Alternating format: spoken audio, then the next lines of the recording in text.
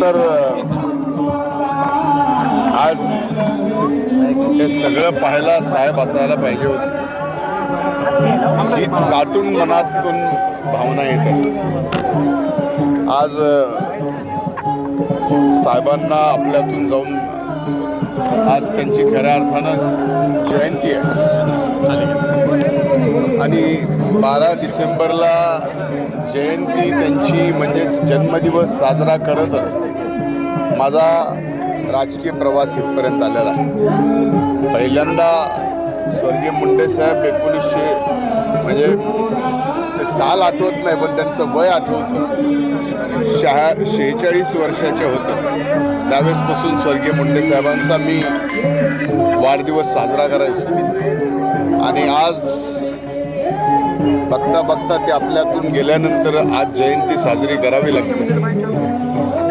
भावना मिश्रित आहेत पण नक्की एकच आहे की आज जरी साहेब नसले तरी जयंतीच्या दिवशी एक आगळं वेगळं त्यांच्या या ऊर्जा स्रोतातून या गोपीनाथ गडावून एक वेगळी ऊर्जा आणि प्रेरणा घेऊन मी ताई आणि असंख्य आमचे सहकारी इथं येऊन समाधीस्थळी नतमस्तक होऊन एक संघर्षाची लोकसेवेची ऊर्जा पाठी घेऊन आणि त्यांनी जसं आजपर्यंत गोरगरिबांच्यासाठी आपसबंध आयुष्य त्यांच्या संघर्षासाठी वेचलं तसं आपणही या ठिकाणी करण्यासंबंधी नतमस्तक होऊन आशीर्वाद घ्यायचे.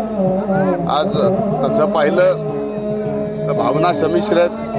खरं तर आज ताई आमदार झालेल्या, मी आमदार झालेलं, पुन्हा महायुतीचं सरकार या राज्यात आलेलं बघायला साहेब नक्कीच असायला पाहिजे. खरं तर साहेबांचे आशीर्वाद घेतलेत. मंत्रिमंडळाचा विस्तार आहे 14 तारखेला. हॅट्रिक करणार आहे तुम्ही नावाची चर्चा आहे. काय अपेक्षा आहे? नाही, हे बघा, हे सर्व पक्ष नेतृत्वाच्या हातात आहे. मंत्रिपदाची जबाबदारी देणं न देणं, आपण किती योग्यतेत आहोत, असणं नसणं, याचं सर्व मूल्यमापन हे पक्ष आणि पक्ष नेतृत्व ज्या त्या पक्षाचा करतं आणि त्या मापनातून आणि त्या सगळ्या ह्याच्यात आपण ॲसेट आहोत का लायबिलिटीज आहोत ह्या सगळ्या गोष्टीचा विचार पक्ष करेल, पक्ष नेतृत्व करेल आणि त्यावेळेस ती जी जबाबदारी देईल त्या जबाबदारीतून आपण सामान्य माणसाची सेवा करू. संतोष देशमुख यांचा खून झाला आहे बीड जिल्ह्यात आणि त्या प्रकरणावर राजकीय आरोप प्रत्यारोप देखील होत आहेत. काय सांगाल? मुळामध्ये मला अतिशय दुःख आहे, अतिशय भयंकर वेदना आहेत की स्वर्गीय संतोष देशमुख आज आपल्यात नाही आहे आणि ज्या प्रकारे ह्या घटना घडल्या त्या या कुठंतरी बीड जिल्ह्याला काळीमा फासणार आहेत. यामध्ये जे कोण दोषी असतील त्यांच्यावरती कडक कारवाई झाली पाहिजे आणि कडक कारवाई करताना कोणीही असो त्याला कसल्याही प्रकारे सोडलं गेलं नाही पाहिजे. ही भूमिका स्पष्टपणानं पहिल्यापासून राहिली. या प्रकरणातच नाही, अशा दुर्दैवी कितीही प्रकरणं झाली त्या बाबतीमध्ये. पण एक भाग बघितला तर मी स्वतः अगोदरच याबाबतचं पत्र पोलीस मुख्यालयामध्ये दिलेलं आहे आणि या बाबतीत ज्यांनी कुणी हे प्रकरण केलंय, जे खरे हत्यारे आहेत त्यांना कठोर ती कठोर कारवाई व्हावी आणि स्पीड ट्रॅक कोर्टामध्ये हे प्रकरण चालवलं पाहिजे. त्याच्याशिवाय लवकर न्याय मिळणार नाही आणि ज्यांनी कुणी केलंय त्याला शिक्षाही मिळणार नाही. या भावनेतून मला या ठिकाणी एकच सांगायचं आहे या मायबाप बीड जिल्ह्यातल्या जनतेला, सर्व जाती धर्मातल्या, की हे प्रकरण जे झालंय हे कुठल्याही राजकारणामुळे झालेलं नाही. हे प्रकरण कामाच्या व्यवहारातून झालेलं प्रकरण आहे.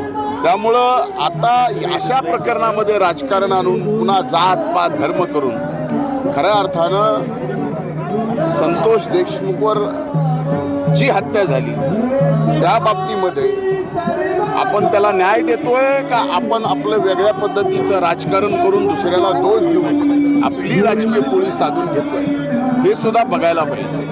हे आपल्या बीड जिल्ह्याला परवडणारं नाही. म्हणून माझी एकच भूमिका आहे आणि ती सुस्पष्ट आहे की काहीही झालं आणि जे संतोष देशमुखचे हत्यारे आहेत त्यांना कठोरती कठोर शिक्षा झाली पाहिजे, फाशी झाली पाहिजे, एवढी स्पष्टपणाची भूमिका मी या ठिकाणी घेतलेली. आणि हे प्रकरण स्पीड कोर्टामध्ये, जलदगती कोर्टामध्ये सुद्धा चालवून निकाल लवकर लागला पाहिजे. अमोल दुबेचं प्रकरण आहे, आणखीन एक प्रकरण आहे. या बाबतीत पोलिसांना मी अनेक दिवसापासून या ठिकाणी या सगळ्या प्रकरणं झालेली आहेत. त्यात अमोल दुबेचं असेल, आणखीन एक असेल, संतोष देशमुखांचं असेल, त्याच्या अगोदरचं असेल, ही जी काही प्रकरणं आहेत या प्रकरणाच्या बाबतीत वारंवार पोलिसांना सांगितलं. पण या काळात आपल्याला माहिती आहे सरकार स्थापन झालं, पण स्थानिक जबाबदारी आणखीन कुठलीच कुणाला मिळालेली नाही आहे. आणि या सगळ्या गोष्टीमुळं पोलिसांना स्पष्ट शब्दात सांगितलं की कायदा आणि सुव्यवस्था कुठंतरी बीड जिल्ह्याचा बिघडताना दिसत आहे आणि पोलिसांनी त्यामध्ये तात्काळ लक्ष घातलं पाहिजे.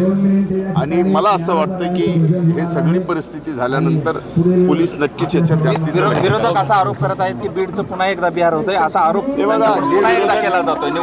एक माझी हात जोडून विनंती आहे, असा महाराष्ट्रातला कुठला जिल्हा आहे का की जिथं खून वगैरे झाला नाही, जिथं हत्या झाली नाही, जिथं चोरी झाली नाही, जिथं किडनॅपिंग झाली नाही, त्या सगळ्या महाराष्ट्रातल्या प्रत्येक जिल्ह्यात, देशातल्या प्रत्येक जिल्ह्यात या ठिकाणी होतं.